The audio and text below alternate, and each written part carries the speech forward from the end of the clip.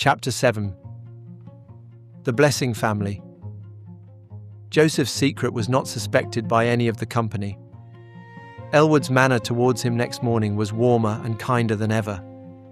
The chill of the past night had been forgotten, and the betrothal, which then almost seemed like a fetter upon his future, now gave him a sense of freedom and strength. He would have gone to Warriner's at once, but for the fear lest he should betray himself. Miss Blessing was to return to the city in 3 days more, and a single farewell call might be made with propriety. So he controlled his impatience and allowed another day to intervene. When at last the hour of meeting came, Anna Warriner proved herself an efficient ally. Circumstances were against her, yet she secured the lovers a few minutes in which they could hold each other's hands and repeat their mutual delight with an exquisite sense of liberty in doing so. Miss Blessing suggested that nothing should be said until she had acquainted her parents with the engagement. There might be some natural difficulties to overcome. It was so unexpected, and the idea of losing her would possibly be unwelcome at first. She would write in a few days, and then Joseph must come and make the acquaintance of her family. Then, she added, I shall have no fear. When they have once seen you, all difficulties will vanish. There will be no trouble with Ma and Sister Clementina, but Pa is sometimes a little peculiar on account of his connections. There, don't look so serious all at once. It is my duty, you know, to secure you a loving reception. You must try to feel already that you have 2 homes, as I do. Joseph waited very anxiously for the promised letter, and in 10 days it came. It was brief, but satisfactory. Would you believe it, dear Joseph, she commenced. Pa makes no difficulty. He only requires some assurances which you can very easily furnish. Ma, on the other hand, don't like the idea of giving me up. I can hardly say it without seeming to praise myself. But Clementina never took very kindly to housekeeping and managing, and even if I were only indifferent in those branches, I should be missed. It really went to my heart when Ma met me at the door and cried out, Now I shall have a little rest. You may imagine how hard it was to tell her. But she is a dear, good mother, and I know she will be so happy to find a son in you, as she certainly will. Come, soon, soon. They are all anxious to know you. The city was not so distant as to make a trip thither an unusual event for the young farmers of the neighbourhood. Joseph had frequently gone there for a day in the interest of his sales of stock and grain, and he found no difficulty in inventing a plausible reason for the journey. The train at the nearest railway station transported him in 2 or 3 hours to the commencement of the miles of hot, dusty, rattling pavements, and left him free to seek for the brick nest within which his love was sheltered. Yet now, so near the point whence his new life was to commence, a singular unrest took possession of him. He distinctly felt the presence of 2 forces, acting against each other with nearly equal power, but without neutralizing their disturbing influence. He was developing faster than he guessed, yet, to a nature like his, the last knowledge that comes is the knowledge of self. Some occult instinct already whispered that his life thenceforth would be stronger, more independent, but also more disturbed. And this was what he had believed was wanting. If the consciousness of loving and being loved were not quite the same in experience as it had seemed to his ignorant fancy, it was yet a positive happiness, and wedlock would therefore be its unbroken continuance. Julia had prepared for his introduction into her family. He must learn to accept her parents and sister as his own. And now the hour and the opportunity were at hand.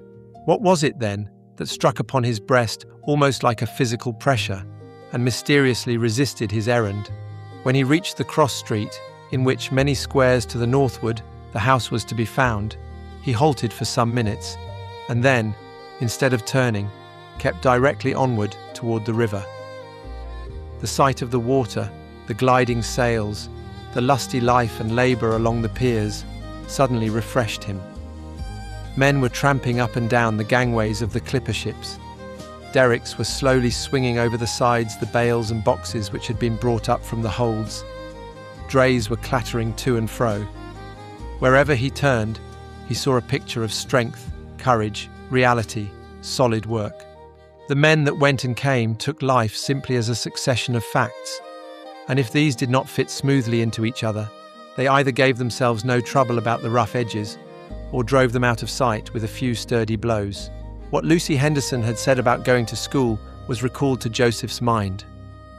Here was a class where he would be apt to stand at the foot for many days. Would any of those strapping forms comprehend the disturbance of his mind? They would probably advise him to go to the nearest apothecary shop and purchase a few blue pills.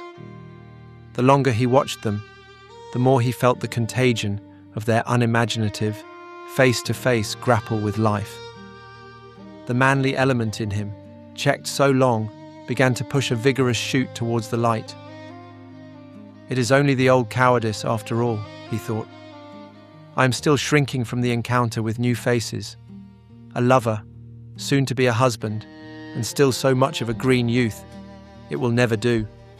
I must learn to handle my duty as that stevedore handles a barrel. Take hold with both hands, push and trundle and guide, till the weight becomes a mere plaything. There, he starts a fresh one. Now for mine. Therewith he turned about, walked sternly back to the cross street, and entered it without pausing at the corner. It was still a long walk, and the street, with its uniform brick houses, with white shutters, green interior blinds, and white marble steps, grew more silent and monotonous. There was a mixed odour of saltfish, molasses, and decaying oranges at every corner. Dark wenches lowered the nozzles of their jetting hose as he passed, and girls in draggled calico frocks turned to look at him from the entrances of gloomy tunnels leading into the backyards. A man with something in a cart uttered from time to time a piercing, unintelligible cry. Barefooted youngsters swore over their marbles on the sidewalk, and at rare intervals a marvellous moving fabric of silks and colours and glosses floated past him. But he paused for none of these. His heart beat faster, and the strange resistance seemed to increase with the increasing numbers of houses, now rapidly approaching the one. Then it came. There was an entire block of narrow three-storied dwellings with crowded windows and flat roofs. If Joseph had been familiar with the city, he would have recognized the air of cheap gentility which exhaled from them, and which said, as plainly as if the words had been painted on their fronts, "Here we keep up appearances on a very small capital." He noticed nothing, however, except the marble steps and the front doors, all of which were alike to him until he came upon a brass plate inscribed, "B. Blessing." As he looked up, a mass of dark curls vanished with a start from the window. The door suddenly opened before he could touch the bell pull, and two hands upon his own drew him into the diminutive hall. The door instantly closed again, but softly. Then two arms were flung around his neck, and his willing lips received a subdued kiss. "Hush," she said. "It is delightful that you have arrived, though we didn't expect you so immediately. Come into the drawing room, and let us have a minute together before I call Ma." She tripped lightly before him, and they were presently seated side by side on the sofa. "What could have brought me to the window just at that moment?" she whispered. "It must have been presentiment." Joseph's face brightened with pleasure. "And I was long on the way," he answered. "What will you think of me, Julia? I was a little afraid." "I know you were, Joseph," she said. "It is only the cold, insensible hearts that are never agitated." Their eyes met, and he remarked, for the first time, their peculiar pale brown, almost tawny clearness. The next instant, her long lashes slowly fell and half concealed them. She drew away slightly from him and said, "I should like to be beautiful for your sake. I never cared about it before." Without giving him time to reply, she rose and moved towards the door, then looked back, smiled, and disappeared. Joseph, left alone, also rose and walked softly up and down the room. To his eyes it seemed an elegant, if rather chilly apartment. It was long and narrow, with a small, delusive fireplace of white marble, intended only for hot air, in the middle, a carpet of many glaring colours on the floor, and a paper brilliant with lilac bunches on the walls. There was a centre table, with some lukewarm literature cooling itself on the marble top, an étagère with a few nondescript cups and flagons, and a cottage piano on which lay several sheets of music by Verdi and Balfe.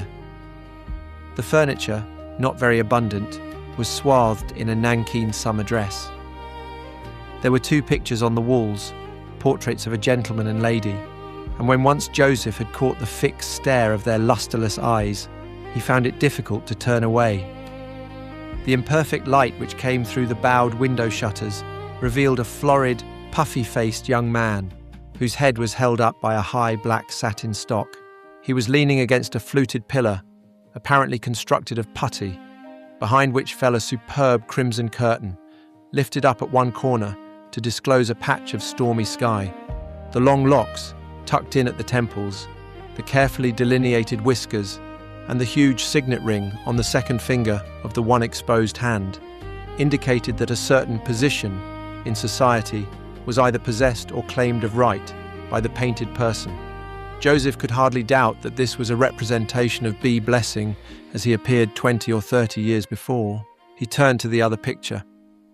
The lady was slender and meant to be graceful, her head being inclined so that the curls on the left side rolled in studied disorder upon her shoulder. Her face was thin and long, with well-marked and not unpleasant features. There was rather too positive a bloom upon her cheeks, and the fixed smile on the narrow mouth scarcely harmonized with the hard, serious stare of the eyes.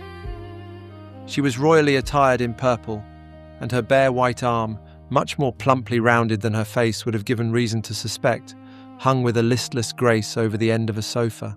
Joseph looked from one face to the other with a curious interest, which the painted eyes seemed also to reflect, as they followed him. They were strangers, out of a different sphere of life, yet they must become, nay, were already, a part of his own. The lady scrutinized him closely, in spite of her smile, but the indifference of the gentleman, blandly satisfied with himself, seemed less assuring to his prospects. Footsteps in the hall interrupted his reverie, and he had barely time to slip into his seat when the door opened and Julia entered, followed by the original of one of the portraits. He recognized her, although the curls had disappeared. The dark hair was sprinkled with grey, and deep lines about the mouth and eyes gave them an expression of care and discontent. In one respect, she differed from her daughter.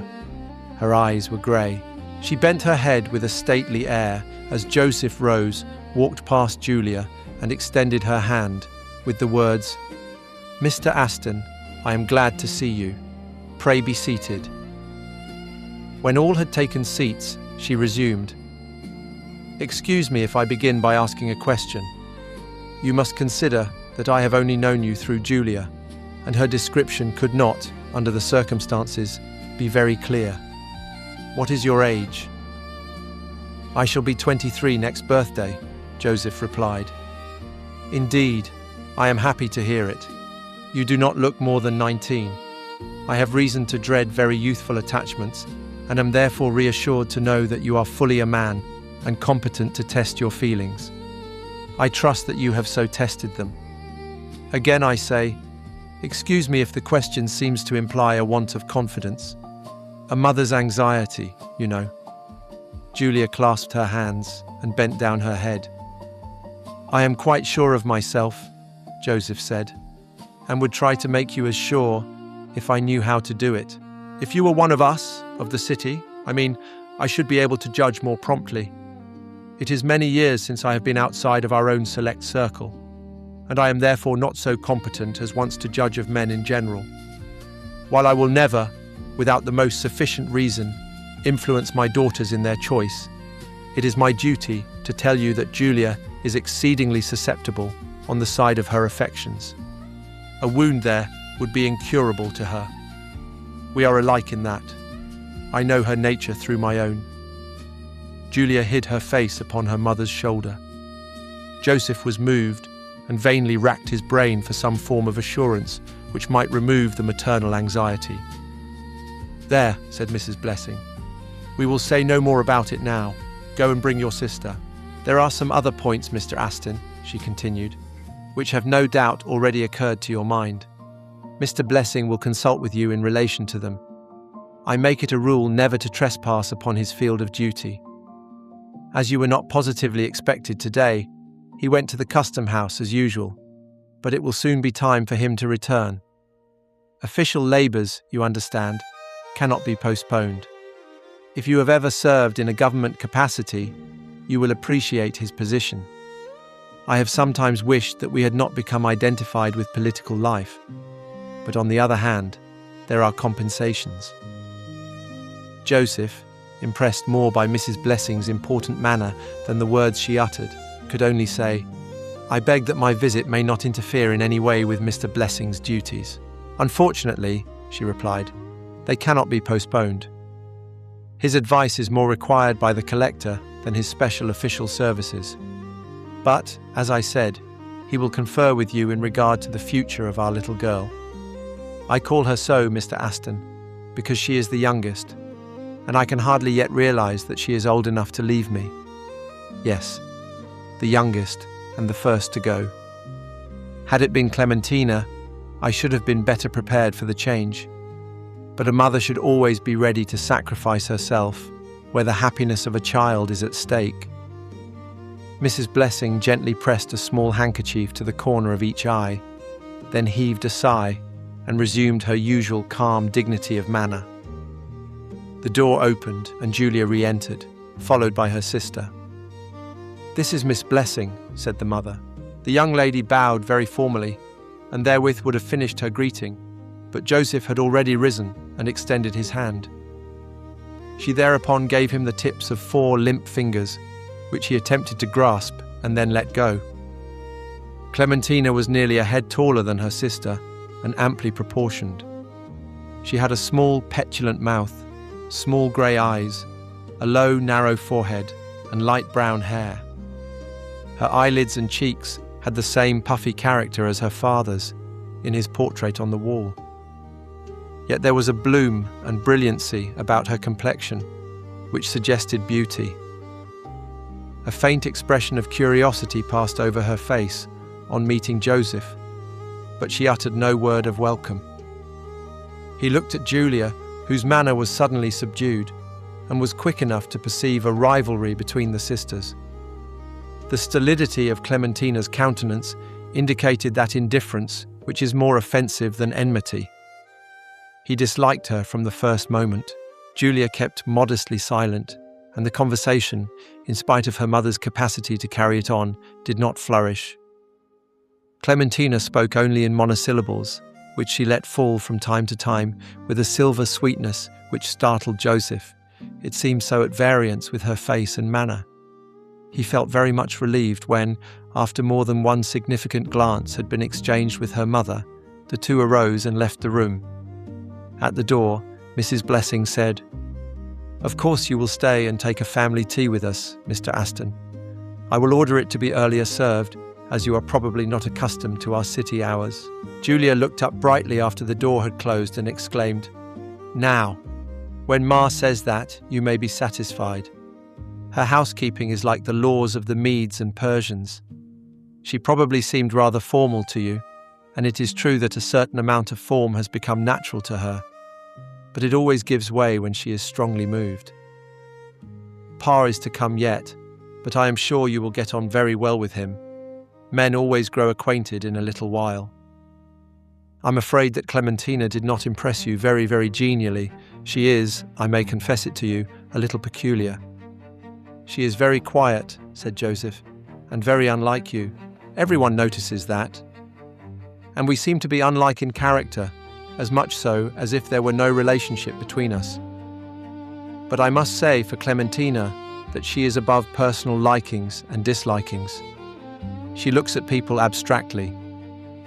You are only a future brother-in-law to her, and I don't believe she can tell whether your hair is black or the beautiful golden brown that it is." Joseph smiled. not ill-pleased with Julia's delicate flattery. "I am all the more delighted," he said, "that you are different. I should not like you, Julia, to consider me an abstraction." "You are very real, Joseph, and very individual," she answered, with one of her loveliest smiles. Not 10 minutes afterwards, Julia, whose eyes and ears were keenly on the alert, notwithstanding her gay, unrestrained talk, heard the click of a latchkey. She sprang up, laid her forefinger on her lips, gave Joseph a swift, significant glance, and darted into the hall. A sound of whispering followed, and there was no mistaking the deep, hoarse murmur of one of the voices. Mr. Blessing, without the fluted pillar and the crimson curtain, was less formidable than Joseph had anticipated. The years had added to his body and taken away from his hair. Yet his face, since high stocks were no longer in fashion, had lost its rigid lift and expressed the chronic cordiality of a popular politician. There was a redness about the rims of his eyes and a fullness of the underlid, which also denoted political habits. However, despite wrinkles, redness, and a general roughening and coarsening of the features, the resemblance to the portrait was still strong. And Joseph, feeling as if the presentation had already been made, offered his hand as soon as Mr. Blessing entered the room. "Very happy to see you, Mr. Aston," said the latter. "An unexpected pleasure, sir." He removed the glove from his left hand, pulled down his coat and vest, felt the tie of his cravat, twitched at his pantaloons, ran his fingers through his straggling grey locks, and then threw himself into a chair, exclaiming, "After business, pleasure, sir. My duties are over for the day. Mrs. Blessing probably informed you of my official capacity, but you can have no conception of the vigilance required to prevent evasion of the revenue laws. We are the country's watchdogs, sir." "I can understand," Joseph said, "that an official position carries with it much responsibility." "Quite right, sir, and without adequate remuneration. Figuratively speaking, we handle millions, and we are paid by dimes. Were it not for the consciousness of serving and saving for the nation, but I will not pursue the subject. When we have become better acquainted, you can judge for yourself whether preferment always follows capacity. Our present business is to establish a mutual understanding, as we say in politics, to prepare a platform, and I think you will agree with me that the circumstances of the case require frank dealing, as between man and man." "Certainly," Joseph answered. "I only ask that, although I am a stranger to you, you will accept my word until you have the means of verifying it." "I may safely do that with you, sir. My associations, duties, I may say, compel me to know many persons with whom it would not be safe. We will forget the disparity of age and experience between us. I can hardly ask you to imagine yourself placed in my situation, but perhaps we can make the case quite as clear if I state to you, without reserve, what I should be ready to do if our present positions were reversed. Julia, will you look after the tea?" "Yes, Pa," said she, and slipped out of the drawing room. "If I were a young man from the country and had won the affections of a young lady of, well, I may say it to you, of an old family, whose parents were ignorant of my descent, means, and future prospects in life, I should consider it my first duty to enlighten those parents upon all these points. I should reflect that the lady must be removed from their sphere to mine, that while the attachment was, in itself, vitally important to her and to me, those parents would naturally desire to compare the two spheres and assure themselves that their daughter would lose no material advantages by the transfer. You catch my meaning?" "I came here," said Joseph, "with the single intention of satisfying you at least. I came hoping that I shall be able to do so in regard to myself. It will be easy for you to test my statements. Very well. We will begin then with the subject of family. Understand me, I mention this solely because, in our old communities, family is the stamp of character. An established name represents personal qualities, virtues. It is indifferent to me whether my original ancestor was a de Belsin. though beauty and health have always been family characteristics. But it is important that he transmitted certain traits which others, perhaps, can better describe. The name of Aston is not usual. It has in fact rather a distinguished sound, but I am not acquainted with its derivation. Joseph restrained a temptation to smile and replied, "My great-grandfather came from England more than 100 years ago. That is all I positively know. I have heard it said that the family was originally Danish. You must look into the matter, sir. A good pedigree is a bond for good behaviour. The Danes, I have been told, were of the same blood as the Normans. But we will let that pass. Julia informs me you are the owner of a handsome farm, yet I am so ignorant of values in the country, and my official duties oblige me to measure property by such a different standard, that really, unless you could make the farm evident to me in figures, He paused, but Joseph was quite ready with the desired intelligence. "I have 200 acres, he said, and a moderate valuation of the place would be $130 an acre. There is a mortgage of $5,000 on the place, the term of which has not yet expired. But I have nearly an equal amount invested, so that the farm fairly represents what I own." Mused Mr. Blessing, thrusting his thumbs into the armholes of his waistcoat. "That is not a great deal here in the city, but I dare say it is a handsome competence in the country. It doubtless represents a certain annual income." "It is a very comfortable home in the first place," said Joseph. "The farm ought to yield, after supplying nearly all the wants of a family, an annual return of $1,000 to $1,500, according to the season." $26,000 and 5%, Mr. Blessing exclaimed. "If you had the farm in money and knew how to operate with it, you might pocket 10, 15, 20%. Many a man, with less than that to set him afloat, has become a millionaire in 5 years' time. But it takes pluck and experience, sir. More of both than I can lay claim to," Joseph remarked. "But what there is of my income is certain. If Julia were not so fond of the country, and already so familiar with our ways, I might hesitate to offer her such a plain, quiet home, but—" "Oh, I know," Mr. Blessing interrupted. "We have heard of nothing but cows and spring houses and willow trees since she came back.